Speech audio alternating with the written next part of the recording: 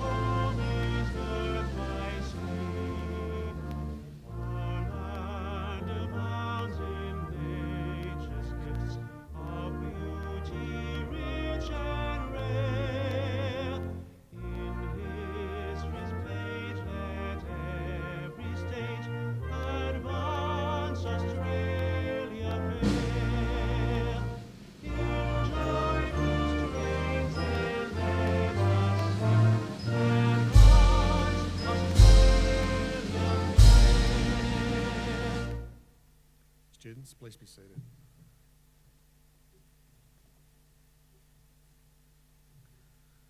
The Australian War Memorial was the vision of Charles Bean, Australia's First World War official historian. Bean landed with the Australian troops on Gallipoli and stayed with them at the front through to the end of the war. The idea of this national memorial and museum came to him at Pozières, France, in the depths of the bloody fighting of 1916. Bean's idea was that this would be a place where families and friends could mourn their loved ones buried in faraway places. It would also be a place that could help all Australians understand what these men and women had endured and what they had done for us. Bean's vision, to which we remain true, is best expressed as inscribed in the entrance to the memorial's galleries. Here is their spirit, in the hearts of the land they loved, and here we guard the record which they themselves made. Tonight, we will read the story behind just one of those on the Roll of Honour, which lists the names of more than 102,000 men and women who have given their lives for us in war and on operations for more than a century. But first, we present a lament, Flowers of the Forest. Wreaths or floral tributes will now be laid at the base of the Pool of Reflection.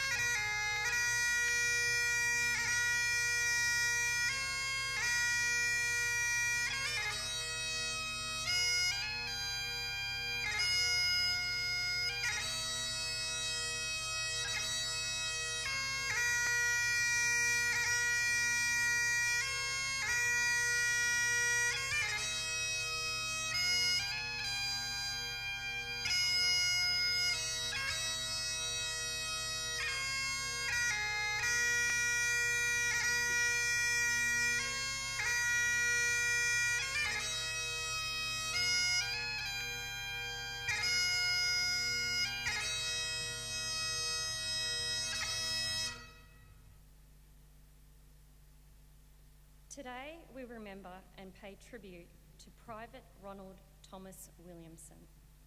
Ronald Williamson, known as Bub, was born in 1893, the third son of Henry and Margaret Williamson of Goulburn in New South Wales. He probably grew up in Tarlow Gap, where his father worked a property.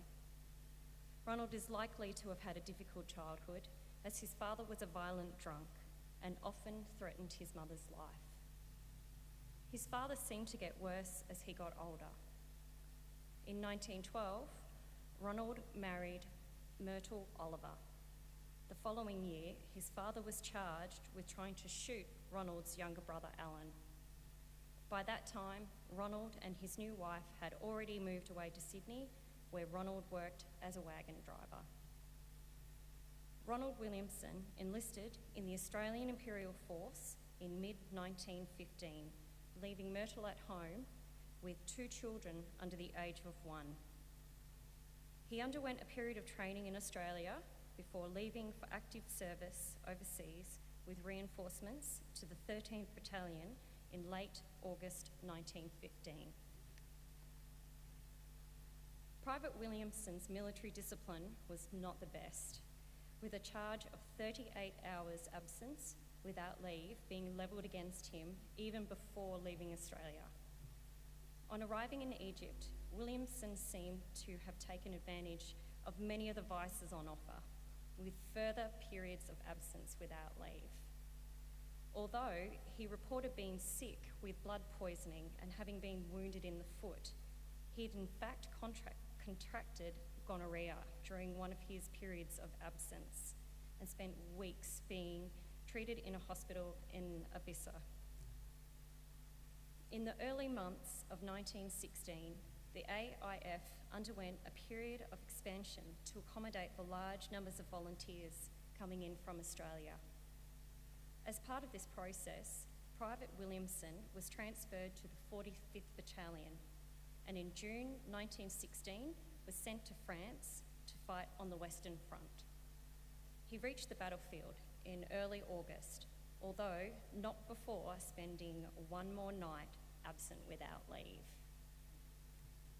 On the 5th of August 1916, the 45th Battalion moved into support lines near the French village of Pozières, and 2 days later they were called to the front lines to relieve Battle Battalion of the 2nd Division.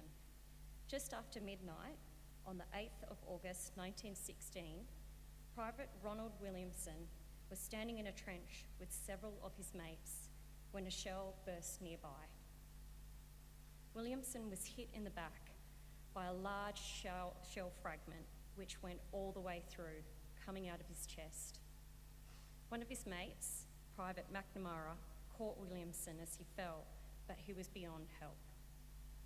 Another of his mates later said, "I can assure you that he was a good soldier and he died as many more a brave heart." Although his mates collected his belongings and reported his death, Private Williamson's body was lost, and today he is commemorated on the Australian Memorial at Villers-Bretonneux. In Goulburn, Ronald Williamson was remembered for his sunny, open-heart disposition, which endeared him to all who knew him. He will be sadly missed. He was only 24 years old. His name is listed on the Roll of Honour to my right, amongst almost 62,000 Australians who died while serving in the First World War. A photograph of his name listed at Villers-Bretonneux Memorial, which lists almost 11,000 names of Australian soldiers who no known grave from the First World War, is displayed today beside the pool of reflection. But this is just one of the many stories of service and sacrifice told here at the Australian War Memorial. We now remember Private Ronald Thomas Williamson, who gave his life for us, for our freedoms and in hope of a better world.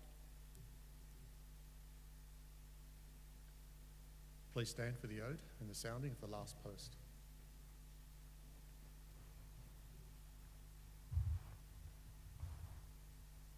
They shall grow not old, as we that are left grow old. Age shall not weary them, nor the years condemn.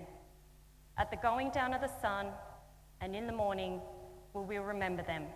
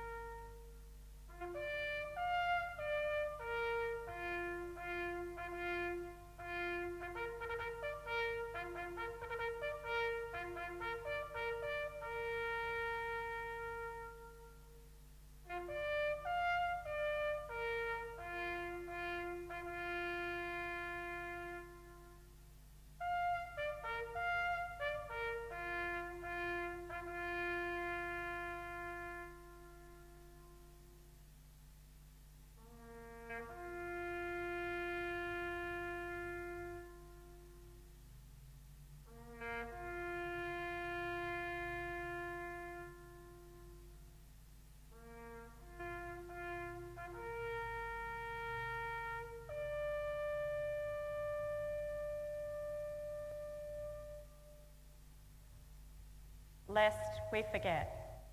Lest we forget.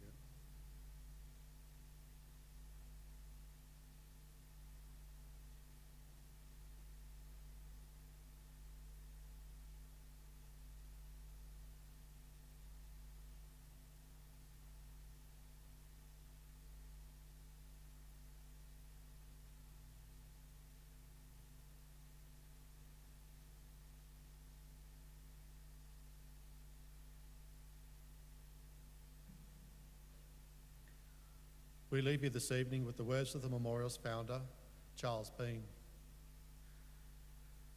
Many a man lying out there at Poziere or in the low scrub at Gallipoli, with his poor, tired senses barely working through the fever of his brain, has thought in his last moments, well, it's over. But in Australia, they will be proud of this.